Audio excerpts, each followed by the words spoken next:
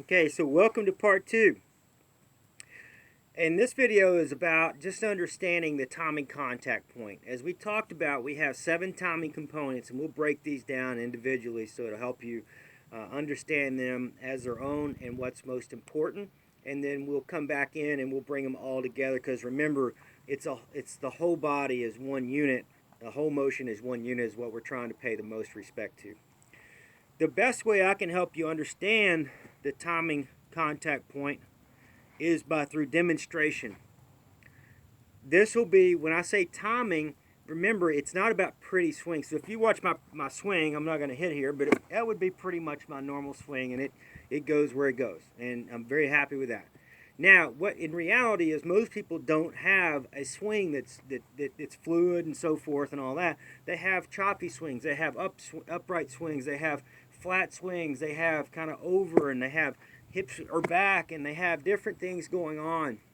And with that being said, I'm going to show you a few demonstrations here of being, obviously not having a technically sound swing, but able to capture timing, and then how I was able to do that. So I'm going to make a pretty ugly flippy swing here. All right, and so if I watch that, you're going to go, oh, it was really wristy. It's kind of like this, and so forth. The ball was very, very, very solid. Actually, more solid than what I thought. So I'm going to go up this time. So if you watch here, up, and it's another good one. All right. So this time we kind of went like this. This is what it looked down the line. The first one was like this, was kind of wristy like this. The second one was up like that, and I figured out how to capture it. The next one's going to be around like this. So I'm going to play kind of ugly tilt back on my backside. That reverse pivot right there. I'm not saying do this style-wise. I'm just saying probably you can classify yourself in all these. But all these, if you watch and listen to the sound, they're very solid. Now I may catch one bad here in a minute, but there's a lot of different variations. So this time I'm going to kind of make this. Now this one it's not really my style, but I'm going to make a real legsy, ugly swing. And that's still really solid. However, I'll go play here in a minute. All right. So I had all these swings. That one I went like this, and I had all these swings, and I isolated it down to why can I swing one like this, one up here like that, one like this, and then the other one with, you can see, like kicking the legs around, a la Colin Montgomery. How can you do that? And the way you're able to do that, let's just because we're going to be talking plenty about form and all these things and all these beautiful things. Timing trumps everything, just like you saw. Okay? With that being said, where does it come from? Let's start. So let me move this back just a hair. So if you watch me, let's just say with your irons, and in your training, your ball position should be with all your irons off the lead side of your face. Now, this isn't military, so it's one of those things where you may hit it better with a little back, you may hit it here. But in training, when you're doing this stuff, it should be left side of the face with all irons. When you get to the fairway wood and the driver, it should be off the armpit. Hybrids, left side of the face, or slightly, maybe in between those two. That's just simple. It's an easy way to do it. So, if you watch here, when I establish my setup like this, when I swing the club back, no matter whether I was like this, or this, my goal was to apply the sole of the club, not the face, okay? The sole of the club past the ball. It would be 3 inches past the ball. Now, it's not like this, because you'll see that would cause you to get stuck. This is what most people do. They're flipping the club head behind, so it's going towards their back wrist, versus like when you watch me, I took the side of the shaft, okay?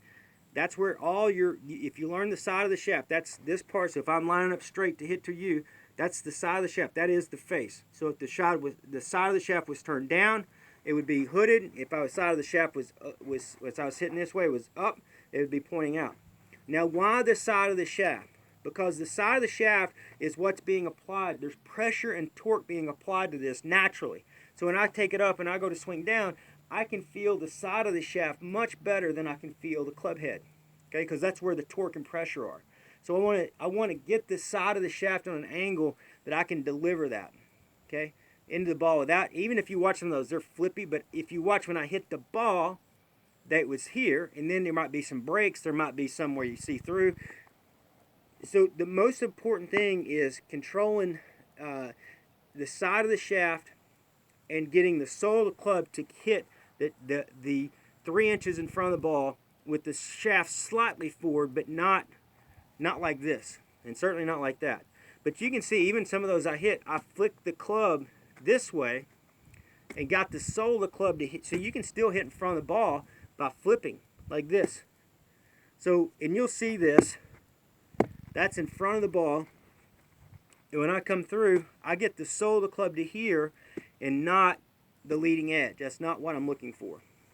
So when I do that, it allows the club to strike with maximum energy and efficiency. And then if I do a couple other things, as you learn, is if I learn how to do that, get that grooved in, and then learn how to sustain it a little longer, then I've got really elite ball control. Okay, and that's what you're here for. But you have to understand timing. That can come from a lot of different angles. Now, if we're going to go to the baseline now, which you can see this table in the other video, if this affects it. So if I'm here, all right, and you see me take it back, and all of a sudden I go like this, you never saw me do that, because if I do that, it's going to change the baseline here. And that's going to be off the toe and a big slice.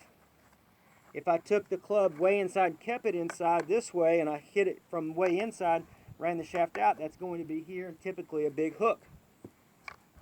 And this is very, very, very important to know. Once you establish address, and we'll go into this in further detail away from the table, let's just say that this is where I'm at. This is a straight line with the shaft here. So as I turn back like this, if I wanted to hit it really solid, when I bring this back down to hit the timing contact point, even if I went up, what you'd see is I went down and got it on the baseline. When I went around like this, I got the shadow of the shaft to the baseline. If I went this way, cocked it, uncocked it onto the baseline where the side of the shaft was on the right angle, all these come through the same way. That's the secret. Now, you may have to watch this video more than one time, and I highly suggest you do, because what I just said is how I was able to hit all these goofy looking swings and make the ball go literally exactly where I wanted it to go each shot. So when I said I went up, if you're a player that lifts the club up and you don't want to change that, you're up. Like Fred Couples, he didn't want to change it. He has to get the side of the shaft back down the baseline here and then through. If you're a player that whips it inside like Raymond Floyd, you get up. You have to bring the side of the shaft back out in front to here. And the angle that's on, if that club is here, the side of the shaft's pointed all the way down the ground, a no-go. Most high handicappers will have the shaft far too up like this, and it requires too much hand action. They can't stabilize it, and so forth. Every single swing that I'm doing, no matter, I could even roll my wrist up here like this, but I'm going to get that back here every single time, because I know that's what's going to launch it out, like, on a straight line. Because your timing contact point, even if the sole of the club is correct here, like this, watch this. I could have the same thing, but if I pull across like this, it's a whiff. So if I just try to hit the sweet spot down, it's a whiff if I do that. It's the same thing if I go here and go way under, it's a whiff. So you have to respect the baseline that you start at. This line is always straight, okay? So that's always straight. Now, to understand this a little better, what's the baseline? So when you set up here, just like this, I'm going to take these off so I can see a little better. When you're set up like this, you might have some players like Jim Furyk that are right up on top of the ball like this. They'll go up like that, and he comes back. He creates the same space at impact as he did in his where he established address. You're not going to see. You might see Mo Norman, who was a great ball striker, stood way away from it like this, and so when he came to hit the ball, he had a lot of space. You're not going to see him with a low handle coming in here like this. It's be insane. He'd whiff. So if you had those two styles, you can't have the same impact. It's impossible. You have to establish this baseline, which runs all the way through infinity here, that just runs a straight line. So what I'm trying to do, no matter what setup you have, and when you establish transition, you got to be here. If I'm here, I got to have the arms away from me, if that's my style. And if I'm here, up and down, my arms are going to look like I'm really swinging hard left, but I'm not. That's where I established address. Okay? So let's just say I wanted to get here and come out, well, I'd whiff. If I was Mo Norman, I came back and pulled my arms in, tried to swing hard left, literally I'd whiff.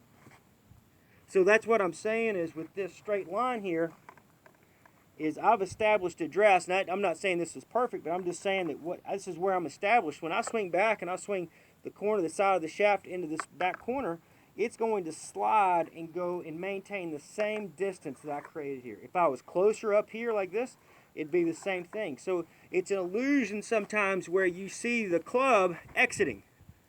Because what you're going to have to notice, if you take a Gary Woodland, sets up like this and open, yeah, this club's going to be swinging hard left through there. But what you don't realize is Gary will tell you face to face that he hits the ball a lot off the toe and it drives him crazy. Why would it go off the toe? Because if I get close and my baseline is like this and I'm swinging down, I pull that club in, yeah, it's going to hit off the toe. If I take it here and that's straight, I push the handle off that baseline, it's off the heel. You'll have to study that more than one time to probably understand it. Hopefully not, but the odds are you will. And I had to as well when I did this years ago. But that you have to, even though you may have the grip alignment point here, you've got the timing contact point of the strike, which we're going to work in a bunker next to help develop that. You have to have the discipline of the baseline. So when you establish address, does the shaft have to be on the same plane? That's not what we're talking about. All I'm saying is wherever you establish the distancing, here, here, here, here, whatever, is that has to be the same thing. That space that you created needs to be exactly the same as you make contact. Now as it hits, it's going to look more left. The arc of the club will look more left. This will help you explain this. This you'll see as this club comes straight. This is a straight line. I think everybody would agree with that. That's straight, but if you look at it relative to the ball, that's still straight. The club's slightly back inside on the left. But that I didn't do that because with the face, if I went down the face here, it's off plane. It's the side of the shaft. So the side of the shaft has many purposes. Okay, from the front angle, as you'll see here, face on, you'll see that I'm the side of the shaft I'm trying to use and get into a straight line and slightly past the ball and maintain it through the grip alignment point and so forth. But you'll also see from the side view, which is very important, that when I come down, the side of the shaft is on a certain angle. It's not, the club's not like this when I'm going, and it's not coming across like this. It's not going like this. The side of the shaft is coming on to this angle here and then forward. And so it gives you two angles to look at. They affect that affects timing absolutely as much as even hitting the ground. Now, what do most people need to start with? It's hard to say. You have to do both. You have to respect both of those in the same way. Now, what's another thing that affects timing is we'll move on forward from here. The depth that your club hits the ground. With a driver, obviously, it's level and coming through off a tee. But if you're up here and you've got the baseline correct here, you got that correct. You're using the application of the side of the shaft, not casting the head, not pulling on the handle only. You're using the side of the energy to here. Well, then there's sometimes people will stay stiff like this, or they'll use it and they'll just collapse their whole body. We just want you to stay soft and keep things moving. Okay? That's another dimension, the kind of the third dimension to that. So it's a lot of different things that you'll see within just being able to strike. And that's the way you were able to see me. I can do all this stuff and hit the ball because I can be all the way over here and hit the ball every time. I'll move this out of the way. I'm not trying to hit it. So when you see me, I can do all this, and you can see I can hit it solid to ground, even looking at the camera. And the divot's straight as it can be. And the same thing from back here. I can do here and just like that.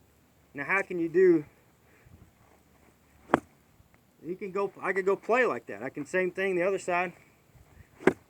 And I can also do more traditional. It doesn't matter.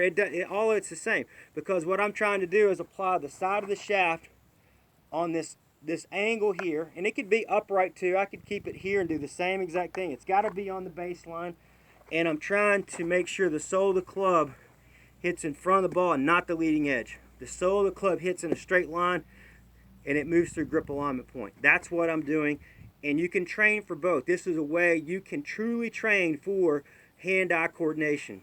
There's some people that say you cannot. Here's an example, and you'll see that when we go to the bunker into the next video, where we will work on timing contact point and the grip alignment point, and then you can also see the depth of the divot.